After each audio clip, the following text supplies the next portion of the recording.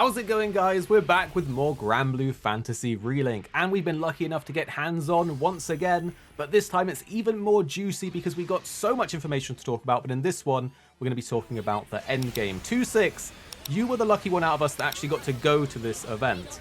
And I just want to say first, before we jump into endgame, how was the event?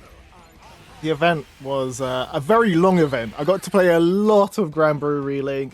Basically, the first part of the game, got to play some multiplayer. It's actually our first proper hands-on. Last time we played a small demo in a confined area, but this time we got to... I know what the game is. I know Granblue Fantasy, like Neo knows Kung Fu, basically. Got the T. I got the T. I saw it all. Nice. So, in this one, we wanted to talk about endgame specifically. That's also probably what I'm most excited for, and maybe what I'm most concerned about, because I want there to be a good meaty endgame, you know, when I'm looking at the characters, the progression. So tell me about what you can about the endgame and what you know and what you saw. The endgame is crazy. So what actually happened is we got a live demo from two of the more seasoned developers that were capable of playing the game really well. And the actual director of the game was giving a live commentary, giving insights onto what the actual gameplay that we were seeing. And it was pretty crazy. Like, we were hoping that there was depth in this game, and this is definitely where the depth comes in. It looks super grindy once you get to endgame. They had basically what I could equate to a gear set through the sigils. They had upgraded weapons to near the max. They had this boss fight that was going on that basically looks like bullet hell that you can see right now with the character essentially dodging. I just want to jump in because this looks nuts. I haven't played it myself. You're the one out of the two of us that have played this at the events, and you got ground AoEs. You got like you say bullet flying lines, other AoEs coming in, ads being spawned.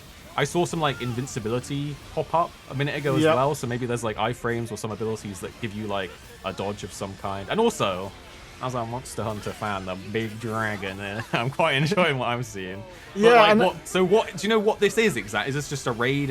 What exactly is this? Do we know? Oh, this is one of the endgame quests that you can take on after you've completed the campaign.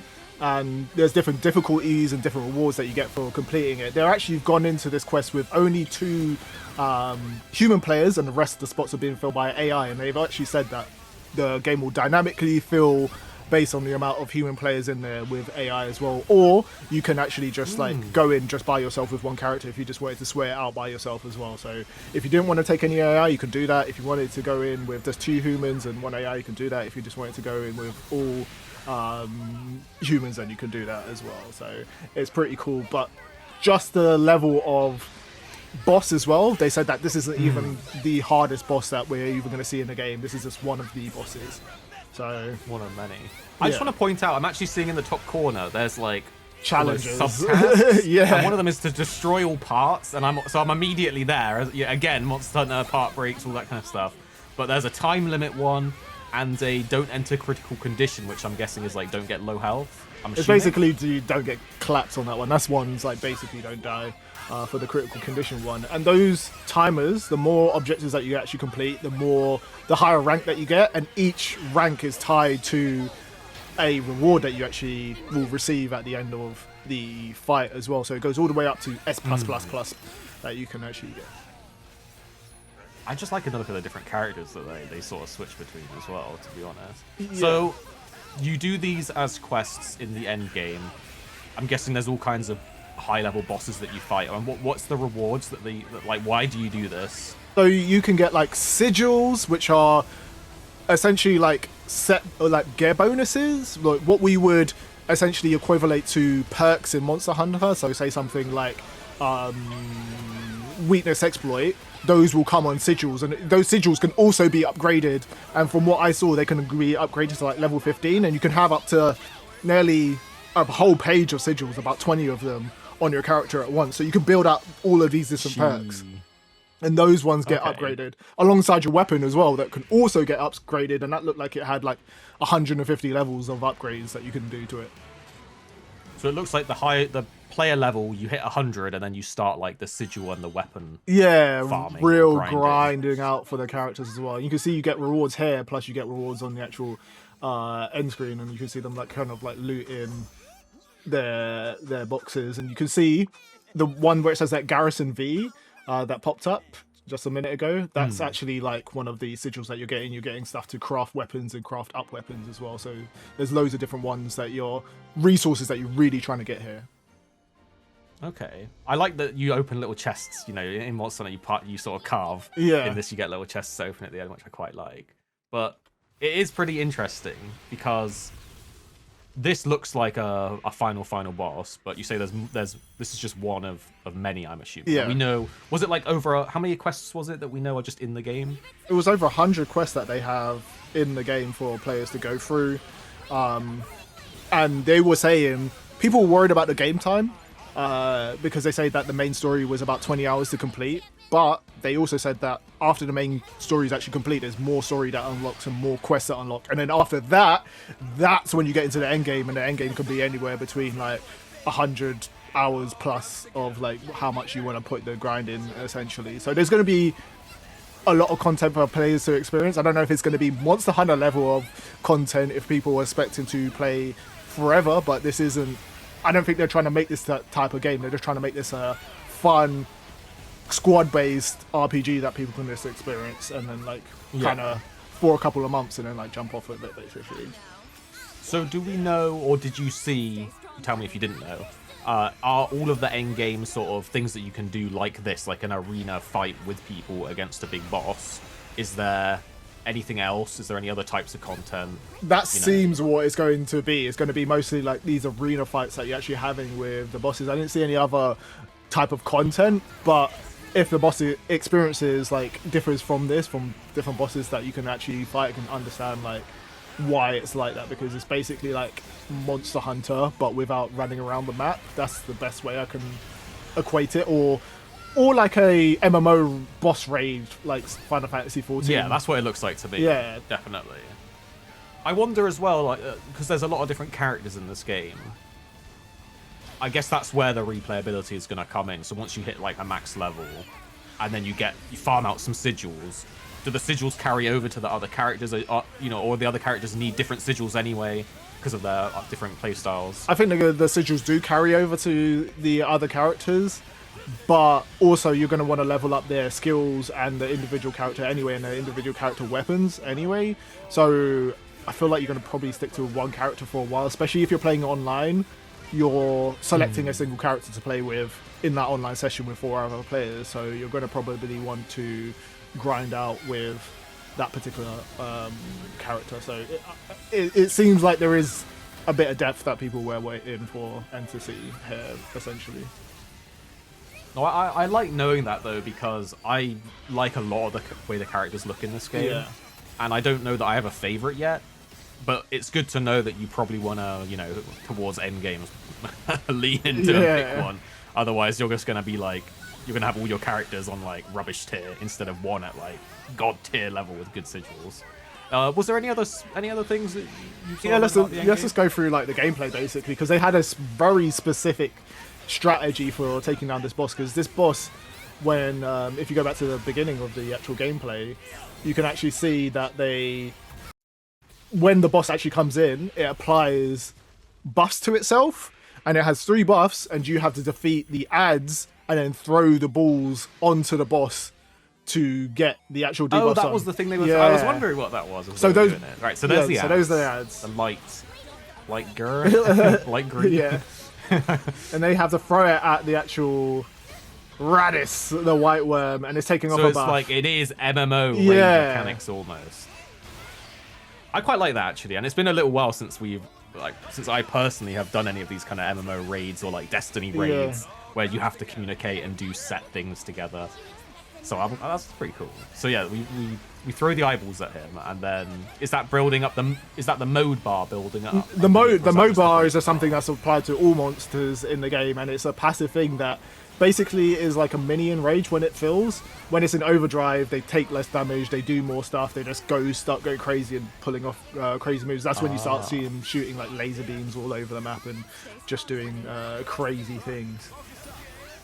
So basically you want to be like extra offensive, and then when the mode bar fills up, you need to be more defensive. Yeah, exactly. This looks nuts. I love these kind of things in MMOs traditionally. But they always catch you off guard at some point. If you do a perfect dodge, the thing when you're asking about the invincibility coming up, if you do a perfect dodge, it gives you like a momentarily invincibility, and you're definitely going to need it because some of the stuff gets pretty crazy when it comes to visuals are popping up, and you can see that now the lasers are. It's lasers plus the red balls on the thing because he's gone into overdrive essentially here. Just a minute ago had that perfect dodge. This actually reminds me of some of the Lost Ark fights as well. And essentially what their strategy was is have the DPS caster do a big magic spell called Seven Flowers, but the cast time for it was so long that they actually needed to take a tank in with them, essentially, which is Vayne. And this guy is all about protection. What's the guy from Honkai Star Rail that protects everybody? He basically functions like a Japard. He's basically your Japard of this game. You can see him, he's casting a bubble, and he can hold down that bubble and allow the caster to... Oh yeah, and we see the circle filling up on the cast bar. And also see the boss doing some megaton laser spin. Yeah, now she's just put down like some big damage numbers on that spell. And that's some of the mechanics that they were showing off with. You can build these strategies around different characters in your party and do things like that to get those big damage numbers. You can see another spell that did like over 1 million damage there. So it seems like there's a little bit of strategy. I don't know. All I'm saying is that. Do you want to be the tank that puts down the shield, or the DPS that sees 1 million damage on your screen? But both good roles and both needed. But it'll be interesting to see, what the parties are like online when you start. I wonder, did you see anything about like matchmaking? Does it fill certain roles, or is it just like throw you in with anyone? Like that's because if you go in with 4 mages. That could be a lot harder. I don't know. They did say there was matchmaking and that you could crossplay between PlayStation platforms, but not crossplay between PC. But nothing about the matchmaking. There will be required power levels to actually go into certain quests. But that was 1,200,000. Crazy, right? 2,600,000. So what was the full burst again? We have covered this in a video in the past, but what was that? So the full burst is essentially a mechanic where all the characters in your party will do their ults in a row. So one after another, you have a short window to activate after the other person's activated theirs. And if you chain it correctly, then it will activate a 4th random ability called a full burst based on your party. Just to interrupt, they're doing the tech again. They're doing the tech, it's so cool. The mega cast. Look at him, he's like doing so so basically you want to save your ult. Yeah. The protection of the Look bubble. At that was so cool. And it breaks and they actually got the break there. Oh, I like it. So there's part breaks. There's a stagger gauge with the knockover break. There's phases. Yeah. There's like the berserk mode. And then you got the kill, and then we're gonna see the loot at the end. Which I'm actually just want to see the loot as well, because a lot of items came up and it said what they were on the left. Yeah. I wonder if you can like give us any insight into what these different items are when they loot them. Do you know what the difference in these chests is? Because you got like... Yeah, I think it's just for your rating. Wood, silver, gold. I don't know what the difference is, but I'm guessing the one on the right is like the best one. So you can see those are just crafting material. I'm just gonna pause it. So these are the sigils, right? The garrison. Yeah. Is that right?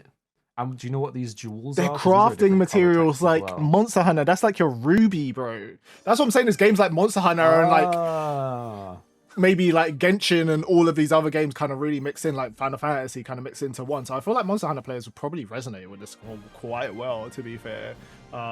Because it's got the sticker system. Yeah, and it's got a sticker system. It's kind of like a fantasy version of Monster Hunter with like anime fantasy. I know Monster Hunter's fantasy, but anime fantasy version. You know what I'm saying? That kind of all right. It's cool. It's very cool. That's pretty cool though. Like I like that we now can sort of understand what the end game is. Yeah. It's gonna have different monsters to fight. There's obviously a big grind. Just real quick, could you tell us, are the sigils like a list of substats that are like random and you're chasing the best one, or are they set?